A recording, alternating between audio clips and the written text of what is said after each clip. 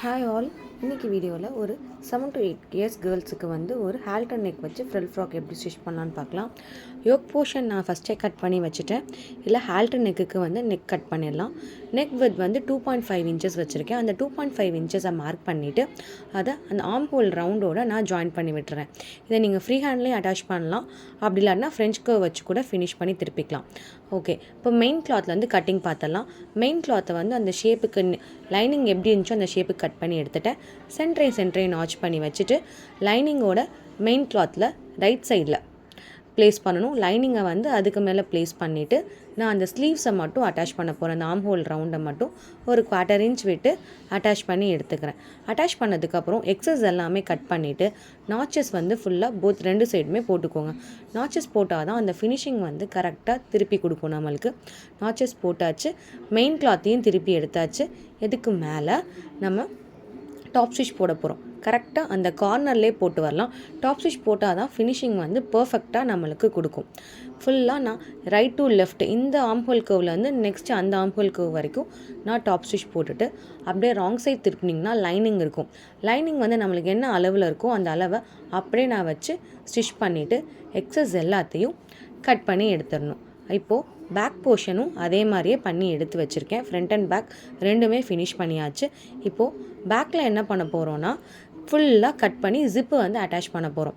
Okay, நெக்கோட வித்தும் கரெக்டாக இருக்கான்னு பார்த்துக்கோங்க. ஏன்னா 2.5 இன்ச்சஸ் கொடுத்தோம், தச்சு முடிக்க போக 5 இன்ச்சஸ் வந்து நம்மளுக்கு கரெக்டாக இருக்குது. ஸோ ஓகே, இப்போது பேக் பார்ட்டை வந்து ஃபுல்லாக கட் பண்ணி எடுத்துடலாம். பேக் பார்ட் ஃபுல்லாக ஓப்பன் பண்ணதுக்கப்புறம் நம்ம அதுக்கு வந்து காலர் வந்து கொடுத்து எடுக்க போகிறோம். காலர் பார்த்திங்கன்னா என்னோட அளவுக்கு என்னோட பொண்ணோட அளவுக்கு பார்த்திங்கன்னா 12 இன்ச்சஸ் கரெக்டாக இன்ச் டேப் வச்சு நல்லா அந்த காலர் ரவுண்டை ஃபுல்லாக சுற்றி எடுத்ததில் எனக்கு வந்து டோட்டலாக 12 இன்ச்சஸ் வந்துச்சு. 12 இன்ச்சஸ்க்கு நான் வந்து வித்து வந்து 3 இன்ச்சஸ்க்கு நான் என்ன பண்ணுறேன்னா ஒரு ஸ்ட்ரிப் கட் பண்ணி எடுக்க போகிறேன். அந்த ஸ்ட்ரிப் தான் வந்து காலராக வரப்போகுது.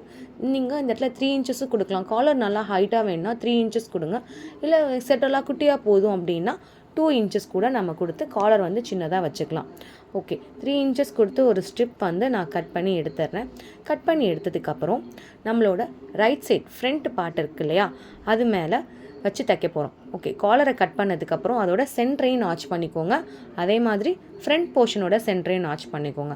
ரெண்டு சென்டரையும் நாச் பண்ணதுக்கப்புறம் கரெக்டாக காலரோட நல்ல பக்கம் துணியும் யோக் போர்ஷனோட நல்ல பக்கம் துணியும் கரெக்டாக ஒன்றா வச்சாச்சு.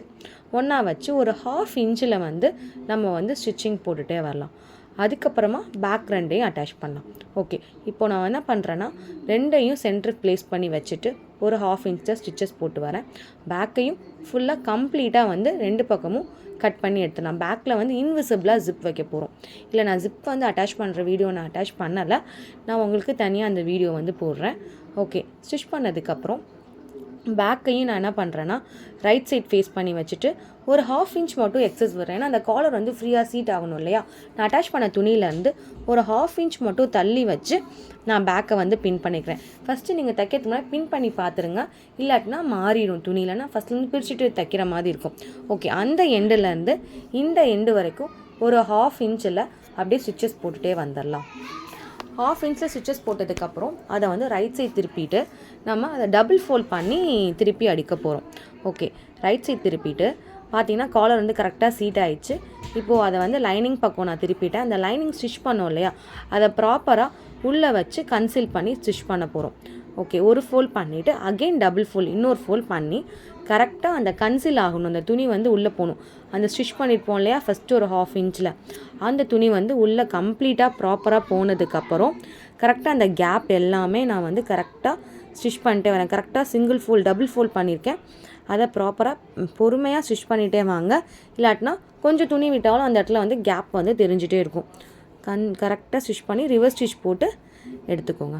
ஓகே, இப்போது ஃபைனலாக பார்த்தீங்கன்னா உங்களுக்கு வந்து லுக் வந்து இப்படி தான் இருக்கும். இப்போ நீங்கள் வந்து இந்த ஸ்டெப்க்கு அப்புறம் நம்ம வந்து இதில் வந்து ஜிப்பு வந்து அட்டாச் பண்ணலாம். ஃப்ரண்ட் இப்படி இருக்கும், பேக்கில் பார்த்தீங்கன்னா ஓப்பன் இருக்கும். இந்த ஸ்டெப்பில் வந்து நம்ம ஜிப் அட்டாச் பண்ணிடலாம். ஓகே, நெக்ஸ்ட் வந்து இதோட ஸ்கர்ட் போர்ஷன் போகலாம். ஸ்கர்ட்டில் நான் என்ன பண்ண போகிறேன்னா 4 லேயர்ஸ் கொடுக்க போகிறேன். ஒரு 3 லேயர்ஸ் வந்து ஒயிட் கலர் கிளாத்லையும் ஒரு லேயர் வந்து அம்பர்லா கட்டில் இந்த வெல்வெட் கிளாத்லேயும் நான் வந்து லேயர்ஸ் கொடுக்க போகிறேன். இந்த லேயரோட ஹைட்டு பார்த்திங்கன்னா எப்படி கண்டுபிடிக்கிறது அப்படின்னா, உங்களோட ஸ்கர்ட் போர்ஷன் ஹைட் இருக்கும்ல, அதை வந்து எத்தனை லேயர்ஸ் கொடுக்குறீங்களோ அதால் நீங்கள் டிவைட் பண்ணிக்கோங்க. இப்போது எனக்கு வந்து நான் 25 இன்ச்சஸ் ஸ்கர்ட்டோட ஹைட்டு கொடுக்குறேன். ஸோ நான் 4 லேயர் கொடுக்குறனால எனக்கு வந்து 6 இன்ச்சஸ் வந்திருக்கு.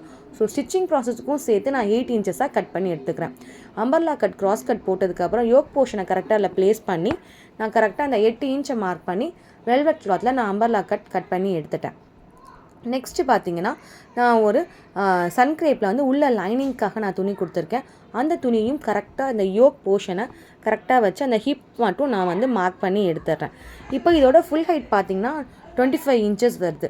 ஸோ 25 இன்ச்சஸ்க்கு நான் மார்க் பண்ணி அம்பர்லா கட் உள்ளே கட் பண்ணி எடுக்க போகிறேன்.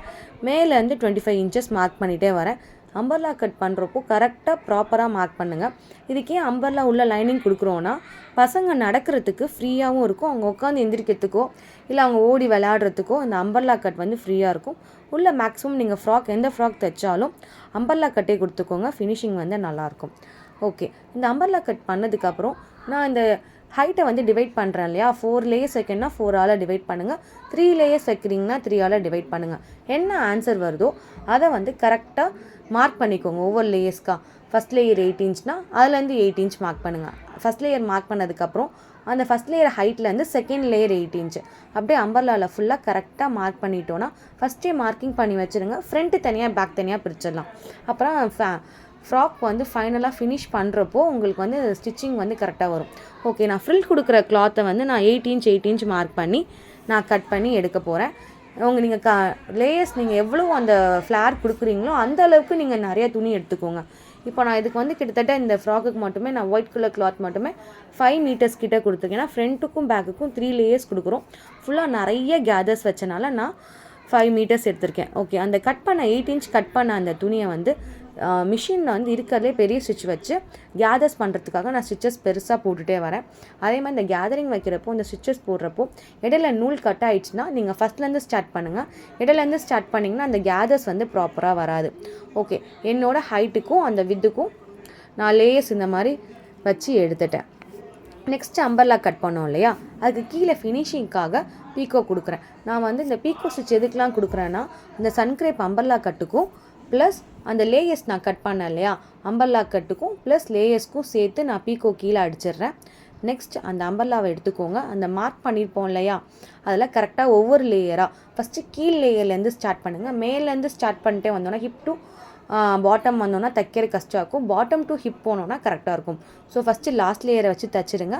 அதுக்கு மேலே 3rd லேயர், அதுக்கு மேலே 2nd லேயர், அதுக்கு மேலே ஃபஸ்ட் லேயராக நான் வந்து அந்த வெல்வெட் கிளாத்தை வச்சு ஸ்டிச் பண்ணி எடுத்துடுறேன். இப்போ ஃபைனலாக பார்த்தீங்கன்னா லுக் இப்படி தான் இருக்கும்.